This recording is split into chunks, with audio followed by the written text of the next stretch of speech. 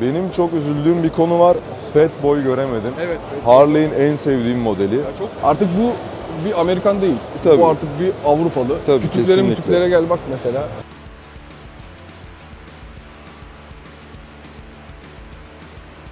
Benim canımı sıkan hep bu motorda ilk çıktığından beri şu asimetri. Anladın mı yani? Evet abi ya. Bunun seveninde çok fazla var. Yani Harley'e yeni başladın diyelim. Biraz param var. Bu motoru gördüğün zaman büyük ihtimalle bu motoru alırsın. Motobike 2025'teyiz. Sonunda o kadar çalıştık, sabahlara kadar durduk değil mi Gökhan? Evet abi. Buraya geldik, dün gece de kurulumu yaptık. Şimdi ilk iş size fuardaki Harley Davidson standını tanıtmak istiyoruz Gökhan'la. Diğer motosikletler çok pek ilgimizi çekmiyor ya da çok bilgi sahibi değiliz. Onu zaten başka kanallarda bol bol dinlersiniz. Biz ilgi alanımız olan standı sizlere anlatalım. İlk günden siz de fuara gelmeden önce belki YouTube'da bunu izler ve hem ya gelmek istersiniz ya da gelemediğiniz için bundan yararlanmış olursunuz. Hadi gelin Harley'in standına gidelim.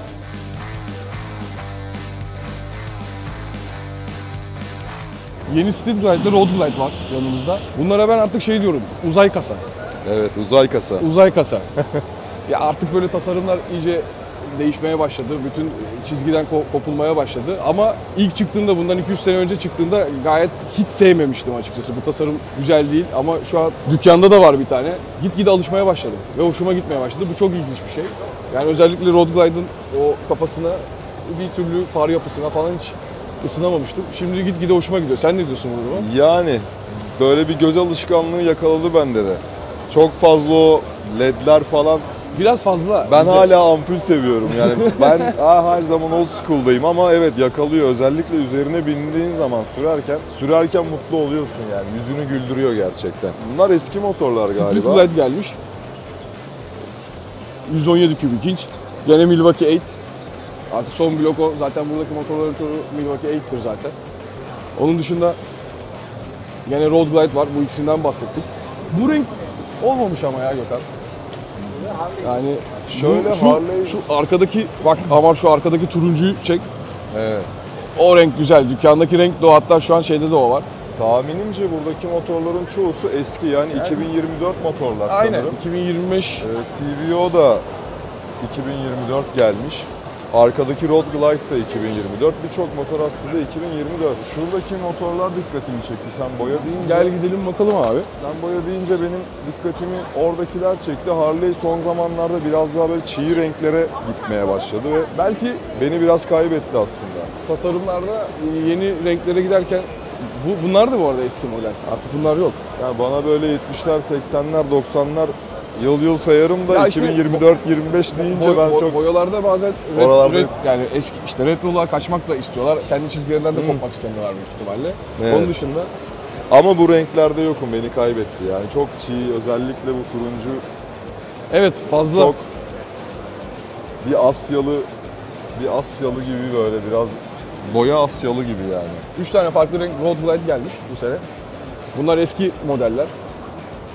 Ben işte bunların kafasını daha çok seviyorum. Evet abi, kesinlikle, tabii ki de.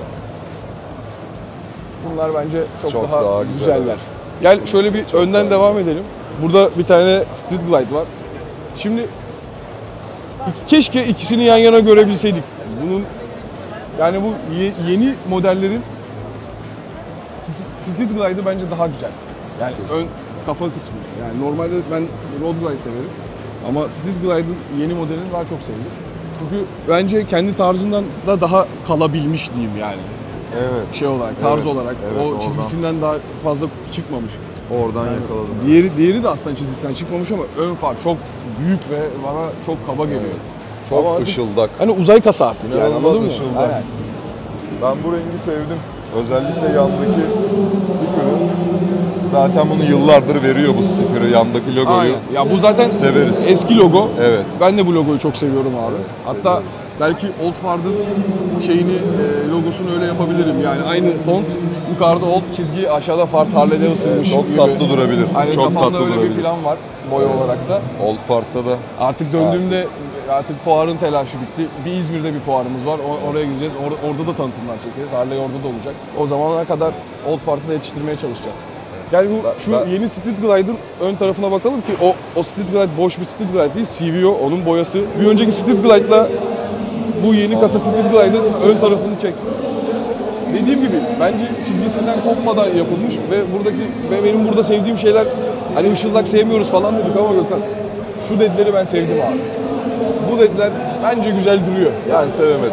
Artık yani nasıl diyeyim, yeni nesil şeyleri de yakalamak da lazım. Firma için lazım Tabii yani. ki, Biz tabii gene eski motorlara binmeye devam Tabii edeceğiz. ki. O ayrı bir konu ama.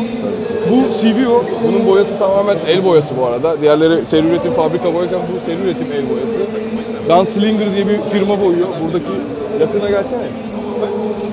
Green'in üzerindeki brush efektleri, onun dışında bu turuncu çizgilerin hepsi elle fırça. Burada bir gri bir fırça daha var. Sedefli turuncu boya. Yani müthiş bir el işçiliği ve bundan yani seri üretim olarak üretiyorlar bunu. Onun dışında bu motorda Ben fırçalara bittim ya. Evet, Bu fırçalar abi fırçaların kusursuz. dönüşleri falan gerçekten kusursuz. fırçalar kusursuz. Şuralarda bak incelir. Buralarda aslında fırça olduğu belli olur ama oralarda zaten hiç dönüş, yani fırça zaten orada ister istemez bu şekli veriyor. Evet. Şu dönüşlerin mükemmelliğine bakar mısın? Mükemmel ya. Yani El ile daha iyi yapılamaz. bunlar el ile yapılıyor. Şurada başka bir motoru göstereyim. Orada da CNC ile o çizgileri çekiyorlar. O seri üretimlerde. Bu dolusu diyeyim yani. Normalde 117 kübik inç geliyor. Bu 121 kübik inç. Daha güçlü. Jantları tubeless, tel jant. Normalde çelik jant geliyor. Ya bu boyasıyla falan müthiş bir motor bence. Jantlara ne diyorsun abi? Abi ben bu jantları seviyorum. GS'den çalmışlar gibi durmuyor mu? Ya bir saçma. Her şeyden biraz gibi. Ya bunun aynısını nerede sana gösterebilirim ya? Bir tane görürsem. Bu jantın birebir aynısı aslında çelikte de var. Şekil olarak. Bu teli CVO'larda bunu çıkarıyorlar. Şeyler çok güzel abi. Şu aksesuarlar, ayak pegleri, elcikler. Ne diye geçiyordu onlar Gökhan? Sen geçen bakmıştın onlara diye hatırlıyorum. Unuttum adını ya. Hatırlıyorsun. Hatta Merter Aynen, abi'de Merter de abi vardı var. komple set olarak. Bununla zaten set takmışlar ama Evet. bak çekebilirsin. Komple elcik, Ayaklı. ayak Bunlar pegleri, shifter'lar ekstra- hepsi set. Ekstra aksesuar bunlar. Devam edelim abi. Amar ben arkadaki Heritage ve Freewheeler'ın rengine mahvoldum gerçekten. Gerçekten çok bayıldım. Heritage'ı zaten bozmuyor Harley. Yani şuradaki. Yani zaten Heritage klasiği Harley'in bozması demek aslında birazcık mirasa red gibi. Büyük bir değeri bozması demek. Bu motoru yıllardır aynı çıkarıyorlar. Sadece günümüz koşullarına biraz daha uyum sağlayarak işte far daymaker oluyor daylight'tan. Stoplar led oluyor. Enjeksiyonu, emisyonu geliştiriyorlar ya da işte güncel motor bloğu neyse onu kullanıyorlar. Ama genel hatları, deposu, çamurlukları, genel kasları, genel duruşu her zaman aynı. Bu zaten Harley'in şu an kendine belirlediği bir miras. İsmi de Heritage. Ben boyasını aşırı beğendim. Boyası Gerçekten. British Racing Green'e çok benziyor. Biraz yakından da baktım. Evet. Onun dışında çantalara kilit gelmiş. Normalde öyle şeyler Evet, yoktu evet. yani. Bunlar gerekli artık. Yani çok kalabalık yaşıyoruz artık. Türkiye için Hangi mi? ülke olursa olsun Ha, artık fark gerekli. etmezdir. Yani şöyle, dediğim gibi ben her zaman old school'cuyum ama insan şunu düşünüyor. Dışarı çıktığın zaman işte depomu bilen birisi açıp içine bir şey atacak atabilir mı? mi? Yağ tankıma biri bir şey Ya atacak ama biraz mı? da şöyle bir şey var. Biraz insanlar Harley'e de yaklaşmaya, dışarıdaki insanlar dokunmaya, bir şeyler yapmaya da bir yandan da çekiniyorlar da. Yani. Evet tabii ki. Diğer motorlar gibi durmuyor. İstersen alarmı da var, şeyi de var falan gibi. Evet bir biraz durum olduğu sahibi için. de motoru gibidir, Aynen. ağırdır. Bir de bunun sahibi büyük ihtimalle etraftadır da olur. Evet, yani evet. sen şimdi bunu gözünü görmediği bir noktada bırakıp da Kesinlikle, gidemezsin. kesinlikle yani. O yüzden bırakmam. hani kimse de gelip o yüzden açsa bile ne yap birader ne yapıyorsun dersin yani. Bu boya da bir Sierra Green gibi sanki değil mi? Abi Sierra yok bu Green siyah. British Racing Green'e çok benziyor. İçinde yeşil sedefler var. Test motoru sanırım. Biraz problemleri de var boyasında. Bu taraf daha güzel Amar bak. Bundan bir tane olacak. Yani ne bunlar diyorsun? sanırım hepsi 2024 gibi geldi bana. Bu zaten Sorarız test abi. motoru muhtemelen. Evet görevli arkadaşa sorabiliriz. Sorabiliriz. Yani komple yeni motor var mı bilmiyorum. Bir şuradaki CVO mu? O da 121 24. kübik. O da 24. Tabii 2024 onda. Yeni motor göremedim gibi geldi bana. Ama ondan zaten sonra. yeni olarak da bir işte en son şey çıktı, o daha Türkiye'ye de gelmemişti. Karbon fiber bir road glide çıkardılar. Sırf performans için yapılmış, hafifletilmiş ve güçlendirilmiş. Onu ben de daha bir girip bakamadım da yoğunluktan araştıramadım. Çok güzel bir şey yani. Acayip gittim yani ona. Benim bu güncel şeylerle hiç alakam yok. Ben geriye. Gerisin geri. Ya şöyle, ben biraz da performans aradığım için ister istemez biraz günceli de takip etmek durumunda kalıyorum. Bir tane eskiden bir performansla ilgili bir modifikasyon yapayım. Sonra aklımda şu motor var. Hatta demişken oraya gidelim mi? İster misin? Bununla daha Olur. ilgili anlatacağım bir şeyler var mı? Ben sadece bunda fara takıldım ve çözemedim de. Yani bu far nasıl, ne oldu? Onda da öyle. Aynalı far kardeşim. Aynalı far. Aynalı far. Yandığı zaman yanıyor. Bu farı Heritage'e taksan çok güzel durur mesela.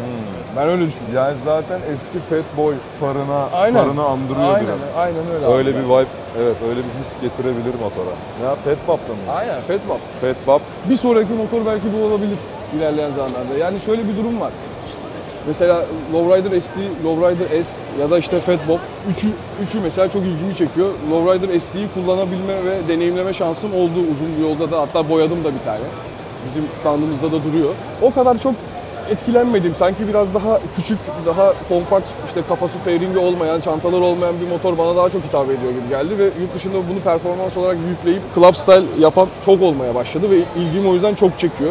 Bu alet sanki bir küçük şeytanmış gibi hissediyorum yani. Aynısı bende de geliyor. Yani hiç böyle bir cruiser değil bu bence. Değil. Benim gözümde hiç Değil. cruiser falan değil. Zaten 114 kübik yaklaşık 1900 küsüre mi geliyor? 1900 silindire geliyor. Yeni Biraz şanzımanlar gidiyor. Aynen. Biraz Tamam. daha az büyük. Az ihtimalle. mı? Biraz daha az. Olabilir. Yükseltilir. Evet. Yüklenir. Yükseltilir tabii ki de. 131'e çıkarılır. Aynen. SNS'te 132'si var galiba. Bayağı güçlü motorlar bunlar. Artık her şeyi ayarlayabiliyorsun. Süspansiyonları ayarlayabiliyorsun. Ne bileyim her şey dijital. Bu artık şey gibi. Performans sergilemek istersen. Ya zaten abi biraz hani mesela Amerikan arabalarında da öyle. Yani Amerikan arabasını enjeksiyonluya çeviriyorlar ki performansı arttırabilsinler diye. Eğer performans işi kovalıyorsanız açıkçası yeni nesil şeylere gitmeniz daha iyi. Ama böyle biblo gibi motorlar, daha klasik motorlar, daha görsel kovalıyorsanız eski motorlar yani bence. Kesinlikle, kesinlikle. Yani yeni motorlarda ben kesinlikle estetik bir şey yakalanabildiğini düşünmüyorum. Çünkü gerçekten günümüz koşullarına uyum sağlamaya çalışan bir marka benim gözümde Harley ve bunu aslında altyapıdan gelen kasası, o altyapıdan gelen kültürel şekillendirmesi buna pek uyumlu değil. Bu benim şahsi kanaatim, zevklerimle alakalı. Yani bu uzay kasa mesela bana gelmedi. Ya ilk çıktı zaten dedim ki ya sıçtılar yani. Evet, abi bence de. sıçtınız yani. Artık Ama böyle çok bir Asyalı vari, Avrupalı vari efektiflik. Şimdi şöyle düşün. Her gün dükkanda bu motoru görüyorsun şu an. Evet. Her gün görüyorsun abi. Evet, Alışmadım. Artık şu fara da alışmaya başladım. Evet. Motora da alışmaya başladım. Bu arada Tabii. kullandım da yani ufak bir Evet. şöyle bir kavşaktan döndüm geldim diyeyim yani. Güzel de gidiyor da. Güzel de duruyor da, gidiyor. rahat da. Aynen, Her şey rahat var. da. Zaten bunlar kovalandıkça bu biraz bozuluyor. Tabii. Çünkü Harley'in olayı hani rahat olsun, efektif olsun, şu özellikte olsun, bu da olsun değil. Hissiyat, o hissiyatı artık ufak ufak kaybetmeye başlıyor. Motorun titreşimini alamamaya başlıyorsun. Frene bastığında Ama işte birçok- TCS'ler bir şeyler. Aynen. İşte ama onlar olmasa da bu makineyi altında tutabilir misin, tutamaz mısın şeyleri başlıyor ve mesela elektronik gaz var.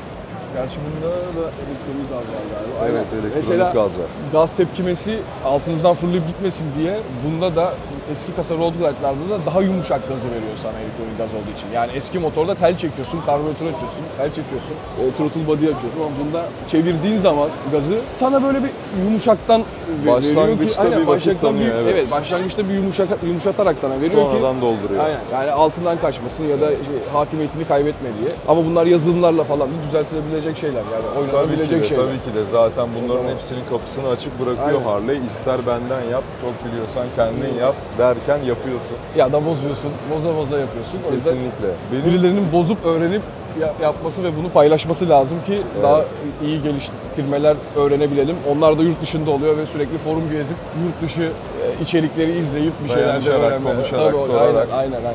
benim çok üzüldüğüm bir konu var. Fatboy göremedim. Evet, Fatboy Harley'in en sevdiğim modeli. ya çok tuttu bu Eskisi arada. de, yenisi de, çok hepsi güzel. çok güzel. Bozmuyor onu. Büyük ihtimalle ellerinde kalmamıştır abi. Çünkü Belki ben de. çok satıldığını ya da piyasada çok fazla olduğunu gördüm, fark ettim. Evet. O yüzden yok. Fatboy görmek isterdim gerçekten. ST'ye ne diyorsun abi? Gel ST şuradaki ST açıkta bir ST'ye gidelim. Nardo'ya mı gidiyoruz? Nardo'ya gidelim. Siyah zaten bizde var. Evet. Alevlisini de çekeriz. Hatta onun belki döndüğümüzde yakın bir böyle şeyini çekeriz. Tanıtım videosunu bineriz, süreriz. İşte neyi var neyi yok bütün detaylarıyla anlatırız. Olur. Elimizde öyle bir Bizimki motor daha var. güzel. Bizimki daha güzel. Bir Nardos'unu göreceğiz mi? Ya Nardos'unu görmeden önce şunu söylemek için geldim. Bu eski modeli gene. Evet. Yenisinde değişiklikler var. Normalde çift egzoz geliyor bu tarafta. Yeni modelde tek yapmışlar. Egzozlar çift geldiği için yani 2'den 1'e yapmışlar. Aslında olması gereken de o. Bunları egzozlar da Zaten. yani yeni model olduğu için üretilmiyor. Evet. Oksijen sensörleri, 2 tane oksijen sensörü geliyor. Orada bir kelep bir durum var bunlarda. Benim canımı sıkan hep bu motorda ilk çıktığından beri şu asimetri. Soldaki çanta daha büyük, sağdaki çanta daha küçük. Sanki anladın mı yani? Evet aynen. abi O egzozları oraya sığdırabilmek için bu çantayı küçültüp yukarı getirdiler. Bu çanta büyük, arkadan asimetrik duruyor. O canımı çok sıkıyor. Belki 2'den 1'e olduğu zaman bu çanta boyut problemi çözülmüş olabilir. O yüzden yenisi gelmiş midir acaba diye merak ediyordum. Çünkü yani dediğim gibi Ya kafamdaki 3 motordan biri bu. Bir Lowrider S, zaten Lowrider S bunun çantası olanı. ST, o T zaten. T denilen şey Touring. Bir de Fatbob. O yüzden yakından takip ettiğim 3 motor bunlar. Bu asimetri gider mi? Yani arkadan bir garip duruyor ama sen daha hiç fark etmemişsin bak şu ana kadar. Ve kullandım da Kullandın yani da yani, Lowrider, sürdün. bizdeki Aynen. Lowrider ST ile kısa yola da defalarca Aynen çıktım. Uzun yola da Tabii çıktım. 40 kilometre, 45 kilometre yapmışlığım var ben biliyorum yani. Tabii. en azından. Dikkat etmemiştim ama hiçbir zaman da böyle yeni spor motorlara o kadar odaklı, ilgili bakmıyorum. Aynen. Hep böyle yüzeysel değil. Sadece Lowrider ST'ye binmek beni çok heyecanlandırdı çünkü çok güçlü. Güçlü. Gerçekten Başka çok bir güçlü. olayı benim gözümde aslında yok. Gerçekten güçlü bir motosiklet. Gidiyor da. Yani şanzımanları falan da bence çok başarılı artık. Ama handikapı yok. mesela benim gözümde. Gidiyorsun. Mesela Mertan sürerken çok dikkat etmiştim. Çantalar böyle bir langır lungur sallanıyor. Hani ben böyle Harley aldığım zaman o Harley'in kemik gibi çok güçlü, her yerinin taş gibi olmasını isterim. Artık böyle ABS'ler, Yani- plastikler, naylonlar. Bunlarda mesela şöyle bir avantaj var mesela onu söyleyeyim. Dynalarda balans problemi var. Yani motosiklet sen gazı bıraktığın andaki balansı sadece bu yönde yapmıyor. Sadece kulaklara bağlandığı için. Sağa sola da yaptığı için şöyle Evet. bir daire yapıyor Evet. aslında altında. Öyle olduğu için viraja girerken çıkarken ya da gazı bıraktığın noktalarda alette bir balans başlıyor. Bunda mesela o yok. Ya da yeni işlerde, yeni modellerde İşte o yok. yine nereye çıkıyor? Daha Arge efektif. aslında yani bunun daha kullanıldı, efektif. geri dönüşümler alındı. Evet. Bununla ilgili o balansla ilgili bu arada aftermarket bir sürü ürün üretildi. İnsanlar bundan şikayetçi oldu. Başka firmalar da buna çözüm buldu. Evet. Ondan sonra zaten Dyna'yı kaldırdılar. 2017 sonu. Dyna'daki bütün güzel modelleri Softail'e geçirdiler. Bu problemi de çözdüler mesela. Bizim modellerimiz güzel olmayan modeller mi? Bende White Glide var Dyna. Berke'de Super Super Glide Glide var. İkisi de şu an üretimde değil. 2017 sondu.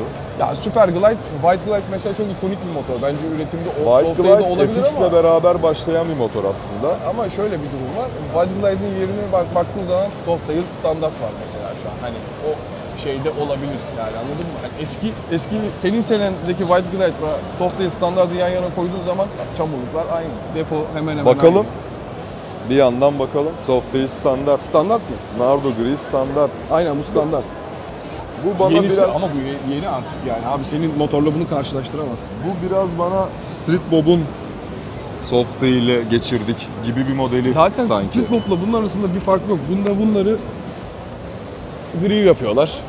Yani aslında Softail standartın olayı şu. Ben sana en baz şekilde bir motoru Tabii. veriyorum. Yani motor bloğu da küçük. İşte kromları falan az. Yani ben sana en baz, en şekilde veriyorum. Sen bunu istediğin gibi oyna. Ama artık Sportster da bittiği için yeni Sportster'lar yani Softail standart ya da Softail Street Bob olduğunu düşünüyorum ben abi. Artık yeni Sportster'lar bunlar. Yani biri yeni motora başlayacak ya da Sportster'a binecek, sıfır motor alacak. Sportster alamadığı için, üretilmediği için artık bunlara biniyorlar. Sportster deyince aklıma geldi. Şurada bir Nicester'ımız var. Aynen. Bir de onun büyüğü neydi? 1250'si. O Sportster S. Sportster S'i göremedim. Sportster S yok. Bir Nicester'a da bakalım mı ama? Olur bakalım. 975 olması lazım. Artık bu bir Amerikan değil. Tabii. Bu artık bir Avrupalı. Tabii, Kütüklere kesinlikle. gel bak mesela. Kesinlikle. Yani buralar sinyale bak gel. Gel ama bak bunlara. Bunlar tanık olmayacağımız görüntüler. Bunlar tanık Abi olmayacağımız şöyle şeyler aslında. Bak. gel bir şuradan örnek gösterelim ama. Harley'de sinyaller sola vereceksen soldadır, sağa vereceksen sağdadır. Japon motorlarda, Avrupa motorlarda ya da diğer motorlarda sinyal sol tarafta, sola vereceksen buradadır kapatmak için. Basarsın, bunu herkes biliyor zaten. Bu artık Avrupalı. Bunun şasisi de Avrupalı. Hafifletebilmek için bunun şasisini Ducati'lerde falan gördüğümüz şekilde yapmışlar. Yani normalde burada mesela önden bir şasi gelir arkaya kadar, arkadan swing arm'la birleşir burada. Ama bunda öyle değil. Bunda şasi yarıya kadar geliyor, motora bağlanıyor. Arka swing arm gene motora bağlanıyor. Yani iki taraf birbirine bağlanmıyor. Ön şasi motora bağlanıyor, arka şasi motora bağlanıyor. Bunda hem şasinin bir kısmını alarak hafifletme sağlıyorlar, yani daha ağırlıktan kısıyorlar. Bunlar kesinlikle Amerikalı Aynen, hareketler değil. bu tamamen Avrupalı hareket. Yani Ve bunu diyorum ya, aslında- Ducati de aynısını yapıyor yani. Monster böyle. Ve aslında motorun kimyasını belirleyen benim gözümde iki şey var. Bir şasi, iki motor bloğu.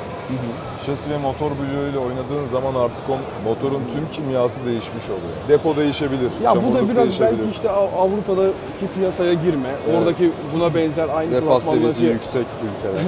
onlarla bir etkileşim. Biraz daha motora yeni başlamış genç.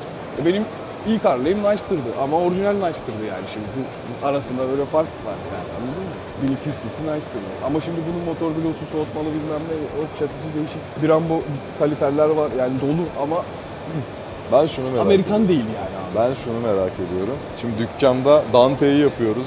97 Fat Boy'dan old school Springer'lı işte ne Jason Momoa gidonlu Bertan yapıyor. Motor yapıyoruz. Benim motorum bir ara hardtail'dı, normale çevirdik. Crazy Franks Fender'lar 70'ler uçuyor falan.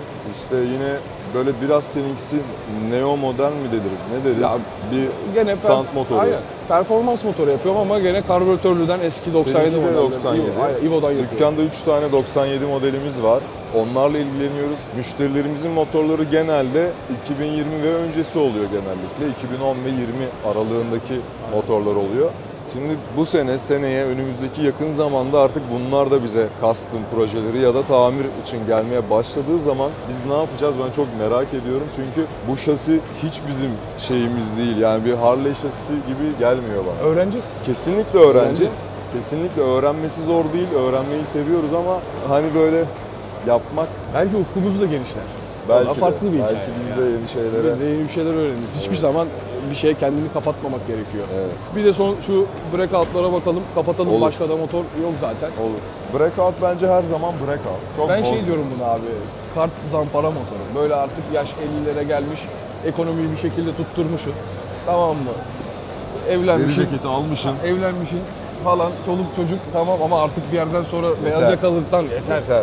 Böyle gömleği üstüne başını yırtmışsın. Zaten reklamı o, biliyorsun, ilk breakout Evet. reklamı. Eşinin eşinin üstünü çıkarıyor, o onu çıkarıyor. Aynen. Onu da belki şöyle ufak koyarız. Evet. Bu öyle bir motor yani. Bunu aldığın zaman insanlar sana bakarlar abi. Tabii. İşte ilgi çeken, arka lastik kalın, ön büyük, güçlü bir motor var üzerinde. Çok bozmuyor da. Bozmaz Çok abi. bozmuyor. Ya bunun Breakout olayı- hep aynı. Şu Softail, aslında breakout'un hikayesi şöyle başlıyor. Softail Deus mu? Öyle bir model çıkıyor. Birkaç sene üretiliyor. Çok tutulmuyor. Yani ondan sonra Rocker C'yi çıkarıyorlar. Rocker C'den çok kötü geri dönüşler alıyorlar. Sonra Harley diyor ki biz size kendimizi affettirecek bir motor yapacağız. Yani aslında bu motor çıkmadan önce 2 motor deneniyor. Sonra bu çıkıyor, yani onlardan gelen geri dönüşlerle, ve hala devam ediyor. Bir iki sene üretimde kaldırıldı pandemi zamanı diye biliyorum. Sonra tekrardan yeni boyasıyla, yeni işte aksesuarlarıyla, farlarıyla falan tekrardan üretilmeye devam ediyor. Çok bozmuyorlar belki. Gidecek de bir motor değil. Bunun seveninde çok fazla Evet, var. evet. Yani Harley'e yeni başladın diyelim. Biraz param var. Bu motoru gördüğün zaman büyük ihtimalle bu motoru alırsın. Yani, Evet. yani buradakinden daha çok bu senin ilgini Etkileyici, çeker. etkileyici Buna motor. binersin. Motorla işte etkileşimde bulunursun o yaşlarda. 50 dediğim yaş. Ondan sonra dersin ki lan hanımla da gezelim. Böyle olmuyor. Biz 2 kişi buna oturuyoruz. Zor oluyor. Gidiyorsun Hop, sonra bu Touring'e. geçersin. Yani bu biraz da öyle bir motor. Evet. Ben Heritage konusundaki fikirlerim bunda da geçerli. Bunu çok bozmuyor. Yine güncele ayak uyduruyor. Evet, evet. Motor bloğunu yeni yaptım, koyayım. Ama Farları sistem değiştireyim. Bu güncele de uyarlanabilecek Evet, bir motor. Aynı müsait, zamanda. müsait. Çok müsait. Zaten spor biraz Aynen. ve o öyle sevdirdi kendisini. Bence de güzel bir motor. Tabii Türkiye'de bir de en çok ilgisini çeken arka lastiğin kalın olması. Gel şu arka lastiği Evet, çekelim. Türkiye bunu seviyor ya. Bunun mu arkasında konuşmak istiyorsun? Hangisini sen seç? Heritage mi? Gökhan'ı kırmayacağım Heritage'in yanında. Motobike 2025 Harley standını tanıttık elimizden geldiğince. Şu an ilk günü bugün. Siz de gelip buradaki motorları görebilirsiniz. Ortam çok güzel açıkçası. Biz şimdi kendi evimize, kendi standımıza dönüyoruz. Gelirseniz bizi de ziyaret etmeyi unutmayın. Ama en güzel stand bizim standımız. Herkesi de bizim standımıza bekleriz. Motobike İstanbul'da sizi bekliyoruz. Allah'a emanet. Görüşürüz. Allah'a emanet. Görüşürüz.